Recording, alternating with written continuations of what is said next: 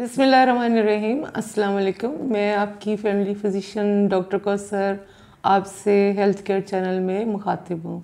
उम्मीद है आप लोग सब खैरियत से होंगे। हमारा आज का टॉपिक है डिप्रेशन।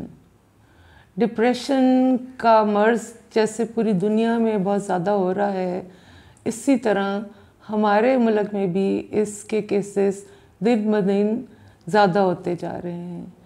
आपने अक्सर अखबारात में और टीवी पर देखा होगा कि आपको सुइसाइडल अटेम्प्ट्स की या सुइसाइड की न्यूज़ बहुत ज़्यादा मिलती है। और सुइसाइड जो है वो डिप्रेशन की एक एक्सट्रीम फॉर्म है और इसका रेट भी हमारे मुल्क में बहुत ज़्यादा हो गया है, स्पेशली यंग्स में। सबसे पहले तो आपके लिए ये ज़रूरी है जानना कि डिप्रेसिव इलनेस और थोड़ी देर के लिए डिप्रेशन में क्या फ़र्क है।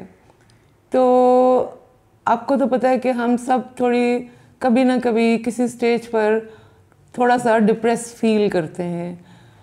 वो इसलिए कि कभी कोई किसी को फाइनेंशियल क्राइसिस आ सकता है, किसी के घर में कोई सोशल प्रॉब्लम है, मियाँ बीवी की आपस में लड़ाई हो गई है, कोई बच्चे हैं उनके ग्रेड्स अच्छे नहीं आते, और किसी को गुर्बत का मसला है।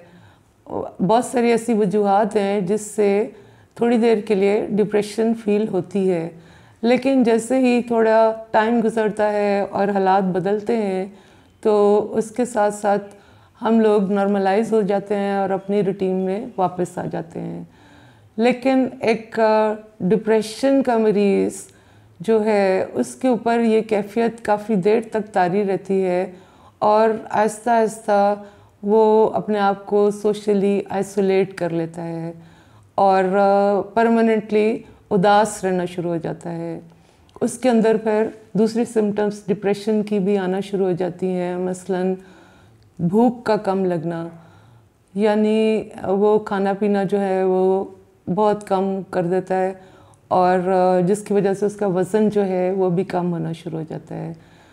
कुछ केसेस में भूख ज़्यादा लगती है और इस तरह से ऐसे पेशेंट्स का जो वज़न है वो ज़्यादा होना शुरू हो जाता है। इसके अलावा नींद उनको कम आती है और अगर वो थोड़ी देर के लिए सोएं भी तो बिल्कुल अर्ली मॉर्निंग यानी 2-3 बजे वो उठ जाते हैं। और इसी तरह से बाकी सिम्टम्स हैं, जैसे उनका इंटरेस्ट ऐसी चीज़ों में ख़त्म हो जाता है जिससे वो पहले बड़े शौक़ से करते थे। मसलन फ़र्ज़ करें कोई हाउसवाइफ है और वो पहले घर में बड़ा अच्छा खाना पका रही थी, घर की देखभाल कर रही थी, लेकिन उसका इन चीज़ों में ध्यान जो है कम होना शुरू हो जाता है अगर वो डिप्रेशन में चली जाए। इसी तरह से कोई पहले घूमना फिरना बहुत पसंद करता था या स्पोर्ट्स बहुत खेलता था, लेकिन आहिस्ता आहिस्ता अगर वो डिप्रेशन में गया है तो ये चीज़ें उसकी लाइफ से बिल्कुल आउट हो जाती हैं।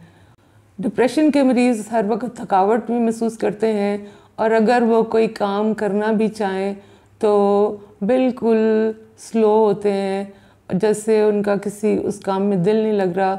अगर वो पढ़ना चाहें तो वो कहते हैं कि हमारे अंदर कुछ नहीं जा रहा और वो अपने आप को वर्थलेस समझना शुरू हो जाता है। और कई दफ़ा तो ऐसा होता है कि वो उसके ज़हन में सुइसाइडल थॉट्स आना शुरू हो जाते हैं और कुछ लोग अटैम्प्ट भी करते हैं सुइसाइड और कुछ लोग कमिट करते हैं सुइसाइड। डिप्रेशन की कई कॉजेज़ हैं और इसमें सरफ़हरिस्त जो है वो जेनेटिक्स पार्ट प्ले करती है, यानी कोई फैमिली हिस्ट्री।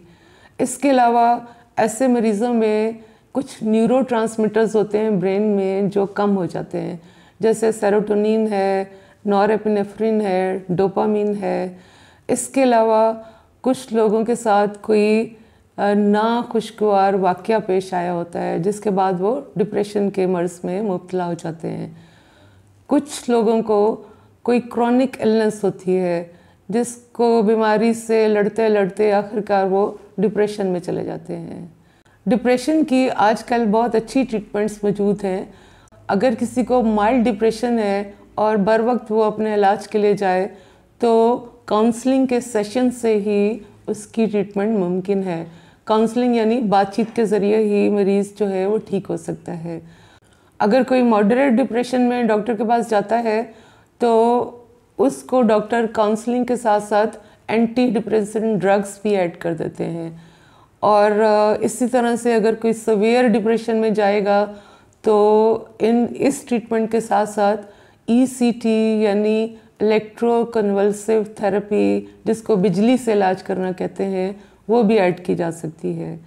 तो आप इर्द गिर्द अपने घर में अपने बच्चों का और अपनी फैमिली का ख्याल रखिए कि अगर कोई इस तरह के मर्ज़ में मुब्तला हो रहा है तो आप उसको डॉक्टर के पास ज़रूर लेके जाएं, क्योंकि जिस तरह से हम ब्लड प्रेशर के लिए या शुगर के लिए या अस्थमा या बुखार के लिए डॉक्टर के पास जाते हैं, इसी तरह से डिप्रेशन भी एक मेंटल इलनेस है और डॉक्टर के पास इसका हल मौजूद है।